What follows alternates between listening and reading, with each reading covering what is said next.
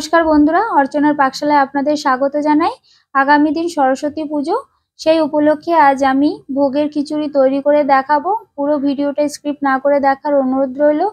আর যদি ভিডিওটি ভালো লাগে তাহলে অবশ্যই আমার চ্যানেলটিকে সাবস্ক্রাইব করে পাশে থাকা বেল আইকনটি ক্লিক করে দেবেন সমস্ত নোটিফিকেশন সবার আগে পাওয়ার জন্য। আর অবশ্যই লাইক করবেন আর অবশ্যই কমেন্টসে জানাবেন কেমন হলো।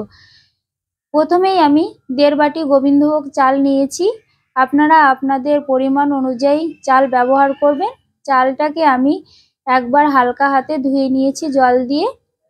আর নিয়েছি 1 বাটি সোনা মুগ ডাল, নিয়েছি শীতের কিছু সবজি, গাজর একটু বড় বড় করে কেটে নিয়েছি, বিনস, আলু, মটরশুঁটি আর ফুলকপি, আর 2 ইঞ্চি মতো আদা কুচিয়ে নিয়েছি, আর পরিমাণ মতো নিয়েছি কাঁচা লঙ্কা।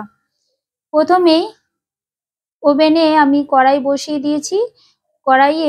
শুকনো কড়াইয়ে আমি ভেজে নেব ডালটাকে। ডালটা ভেজে আমি জলের মধ্যে রেখে দিলাম। এই জলেই রাখার কারণে গরম গরম অনেকটা ডাল সেদ্ধ হয়ে যায়। এবারে জল বসিয়ে দিলাম হাঁড়িতে। জলটা একটু গরম হয়ে যাওয়ার পরে আমি গোবিন্দভোগ চালটাকে দিয়ে দেব, চালটা একটু ফোটার জন্য। এই পর্যায়ে ডালটা ভালো করে ধুয়ে নিয়ে ডালটাকেও দিয়ে দেব। চাল ডাল ভালো করে সেদ্ধ হতে আমি আগে থেকে বসিয়ে দিলাম। আপনারা এর পরেও দিতে পারেন, তবে আমি এক সাইডে লো ফ্লেমে জ্বালিয়ে দিলাম ভাতটাকে এবং ডালটাকে হতে। আর অপর সাইডে আমি কড়াই বসিয়ে দিয়েছি। কড়াইয়ে সরিষার তেল গরম করে নিয়ে তেলের মধ্যে কেটে রাখা আলুগুলোকে দিয়ে দিলাম, সামান্য নুন দিয়ে দিলাম আলুটাকে ভালো করে ভাজা ভাজা করার জন্য। যে ফেনাটা বেরিয়েছিল চাল ডাল থেকে সেটা আমি কেটে দেব। ফেনাটা থাকলে কিন্তু কাঁচা কাঁচা একটা গন্ধ আসে, ভালো লাগে না, তাই ফেনাটা অবশ্যই ফেলে দেওয়ার চেষ্টা করবেন। আলুটা মোটামুটি একটু ভাজা ভাজা করে নিয়ে ওই কড়াইয়ে আরও কিছুটা সরিষার তেল দিয়ে আমি ফুলকপিটাকে ভেজে নিলাম একটু নুন দিয়ে। আর যে কাঁচা লঙ্কা আর আদা নিয়েছিলাম তার সাথে হাফ টমেটো কুচিয়ে দিয়ে পেস্ট করে নেব। অপর সাইডে যে ফুলকপিটা ভাজা হয়েছিল তার মধ্যে বিনস, গাজর দিয়ে দিয়েছি একটু ভাজা ভাজা করার জন্য। আর দিয়ে দিলাম মটরশুঁটিটাকেও একই সাথে আমি ভাজা করে নিচ্ছি। আপনারা চাইলে আলাদা আলাদাভাবেও ভাজা করতে পারেন। এবারে মোটামুটি ভাজা হয়ে যাওয়ার পরে দিয়ে দিলাম আলুগুলোকে। মোটামুটি এখানে 70% মতো সেদ্ধ করে নেব। কড়াইয়ে তেল গরম করে ফোড়ন হিসেবে 2 টুকরো দারচিনি, একটা এলাচ, 2টো লবঙ্গ আর কয়েকটা শুকনো লঙ্কা, তেজপাতা আর হাফ চামচ দিয়ে দিলাম জিরে। ফোড়নটা ভালোভাবে হয়ে যাওয়ার পরে ফোড়নটা সহ একটু তেল তুলে রাখবো পরে অ্যাড করার জন্য।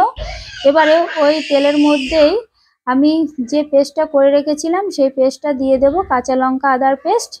এবারে ভালো করে কষিয়ে নেব। তেলটা যখন ছাড়তে শুরু করবে ওই পর্যায়ে দিয়ে দেবো হাফ চামচ হলুদ গুঁড়ো, 1 চামচ লঙ্কা গুঁড়ো, হাফ চামচ ধনে গুঁড়ো, হাফ চামচ জিরে গুঁড়ো। এবারে ভালো করে কষিয়ে নেব যতক্ষণ না পর্যন্ত তেল ছাড়ে। ভালোভাবে তেল ছেড়ে দিয়েছে দেখুন। এই পর্যায়ে যে সবজিগুলোকে আমি ভেজে রেখেছিলাম সেই সবজিগুলোকে ওই মশলার মধ্যে দিয়ে কষিয়ে নেব। দেখুন খুব সুন্দরভাবে আমি কষিয়ে নেব, এর কারণে খিচুড়িটা আরো বেশি টেস্টি হবে। এদিকে দেখুন ডাল আর চাল মোটামুটি সেদ্ধ হয়ে গেছে। আর এই পর্যায়ে দিয়ে দেব মশলা সহ এই সবজিগুলোকে। এবারে ভালো করে আমি মিশিয়ে দেব। দেখুন খুব সুন্দরভাবে মিশিয়ে দিয়েছি। এই পর্যায়ে দিয়ে দেব নুন।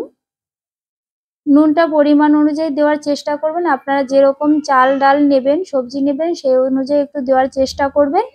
তো আমি 3 চামচ নুন দিয়েছি।